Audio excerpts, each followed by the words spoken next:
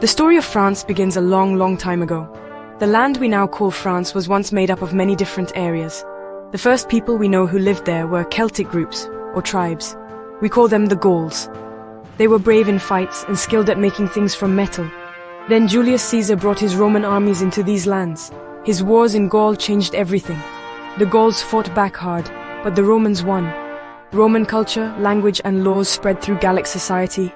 Latin became the start of the French language. As Rome's power faded in the 5th century, around the year 400, different Germanic tribes crossed the Rhine River. Out of these groups, the Franks turned out to be the most important. Slowly, they took control of the northern part of Gaul. A very important leader in their rise was Clovis I.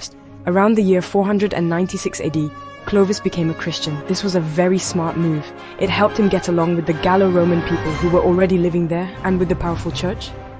He brought all the Frankish tribes together under his rule and started the Merovingian line of kings. But the Merovingian kings didn't always keep strong control over everything. Over time, they lost some of their power. The real power often belonged to officials called the mayors of the palace. One of these mayors, Charles Martel, became a famous hero. His most famous win was at the Battle of Tours in 732 AD. Charles Martel's son, Pepin the Short, went even further. With the Pope's approval, Pepin removed the last Merovingian king from power in 751 AD. Then, he was made king of the Franks himself. His son was Charles the Great, or as many know him, Charlemagne. Charlemagne was crowned emperor by Pope Leo III in Rome on Christmas Day, in the year 800 AD. He became a very important person in the early Middle Ages. Charlemagne's huge empire didn't last long after he died. His grandsons, in an agreement called the Treaty of Verdun in 843 AD, split up the large lands. The western part, called West Francia, slowly turned into the Kingdom of France. The first French kings had many problems. Powerful local lords had a lot of power, sometimes as much as the king. In 987 AD, Hugh Capet was chosen as king, and he started the Capetian line of kings. France was a big player in the Crusades. These were a series of religious wars that started near the end of the 11th century. French knights and important families were some of the most eager to join. The Crusades changed France in many ways. They helped people feel more united as Christians, but they also meant many people died, and a lot of money and supplies were used up. During the High Middle Ages, the French kings and their power grew stronger. Kings like Philip II Augustus cleverly made the royal lands bigger and gained more power. Then came Joan of Arc. She was a young farm girl who inspired the French soldiers to win battles. Her arrival was an amazing turning point. By the late 1700s, France was a kingdom with big differences between people. The old system, called the Ancien Régime, had a king with total power, King Louis XVI. Society was strictly split into 3 estates or groups. The church leaders and the nobles had many special advantages and didn't have to pay many taxes. The third estate, which was made up of everyday people, had to pay most of the taxes. Years of spending too much money, expensive wars, and an unfair tax system led to a big money crisis. New ideas from the Enlightenment, which talked about freedom, using reason, and everyone being equal, made people even more unhappy and want big changes. The big moment came on July 14, 1789. An angry crowd broke into the Bastille prison in Paris. This event is usually seen as the start of the French Revolution. Soon after, a group called the National Assembly wrote the Declaration of the Rights of Man and of the Citizen. The revolution's famous words, liberté, égalité, fraternité, which means liberty, equality, fraternity, were heard all over France. The old way of life was taken apart, piece by piece, and a new time began. Even with all the trouble and fighting, the revolution was able to set up the first French Republic. The French Revolution, even with some bad things that happened, changed France and the world deeply and for a long time. When Napoleon Bonaparte came to power, it started a new part of France's story.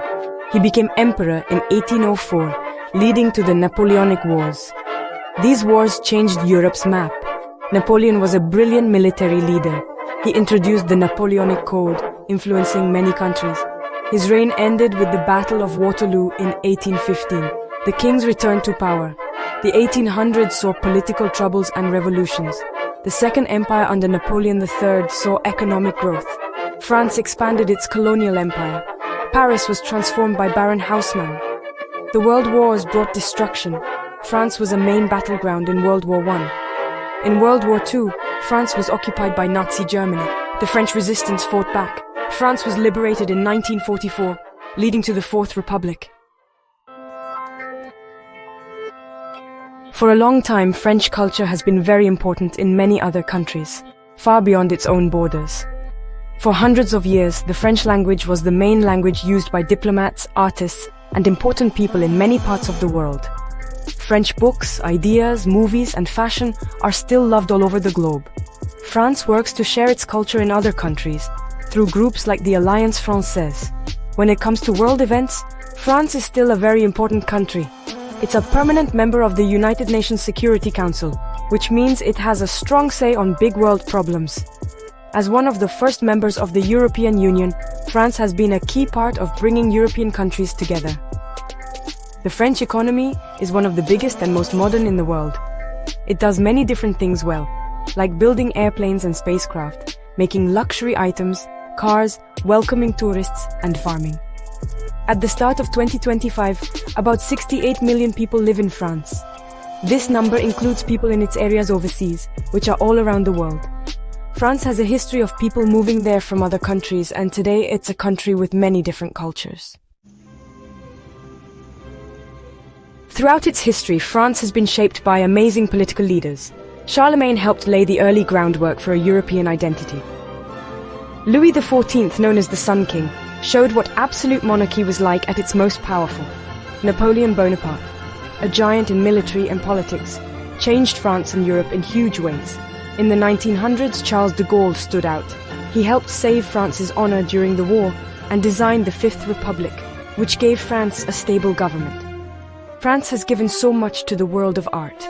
Claude Monet, who helped start Impressionism, painted the quick changes of light and color. Pierre-Auguste Renoir painted happy scenes of life in Paris with bright colors. The world of books has been made much richer by French writers. Victor Hugo, who wrote great books like Les Miserables and The Hunchback of Notre Dame, fought for fairness for people. Voltaire, a very important thinker during the Enlightenment, used his smart and funny words to fight against people not accepting others and against unfairness. French scientists and thinkers have also made amazing discoveries that have helped us all learn more. The land of France is very different from one part to another, offering an amazing variety of views all in one country. In the east, the tall Alps mountains rise up. Their snowy tops are beautiful to see and great for winter sports. To the south, the Pyrenees Mountains make a strong natural border with Spain. Big, rich farmlands cover much of the north and west. These are very important for France's farming. The sunny Mediterranean coast, the famous Côte d'Azur, calls to you with its blue waters. Great rivers like the Seine, Loire, Rhône, and Garonne flow through the land, shaping the different areas. While Paris is for sure the heart of France, many other cities have their own special charm and important history. Lyon, located where the Rhône and Saône rivers meet, is famous as a capital of delicious food and is a UNESCO World Heritage Site. Marseille, France's oldest city, is a busy port on the Mediterranean Sea. Toulouse, called La Ville Rose, the Pink City, is a big center for the airplane and spacecraft industry. French art in all its different kinds has made a big and lasting impact on world culture.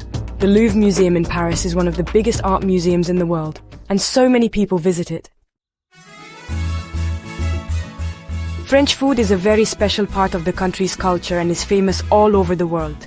This way of cooking really cares about using good, fresh ingredients often found nearby. Each part of France has its own special dishes, from the filling coq au vin in Burgundy to the rich bouillabaisse, fish soup from Marseille. Cheese with hundreds of kinds, and wine, from famous grape farms, are a must-have part of any French meal. Some French foods are now famous everywhere. The baguette, a long, crusty bread, is something people eat almost every day. Croissants and pains au chocolat are favorite pastries for breakfast. Fancier dishes like foie gras and escargots, snails, are thought of as special treats. Besides its cities and towns, the natural beauty of France is really amazing to see. Imagine the bright purple lavender fields stretching over the hills of Provence in the summer. Picture the rocky, windy coast of Brittany, with its old fishing villages here and there. So, to finish, France's story, from the old lands of Gaul to being an important country in the world today, is a very rich and interesting one, full of amazing changes.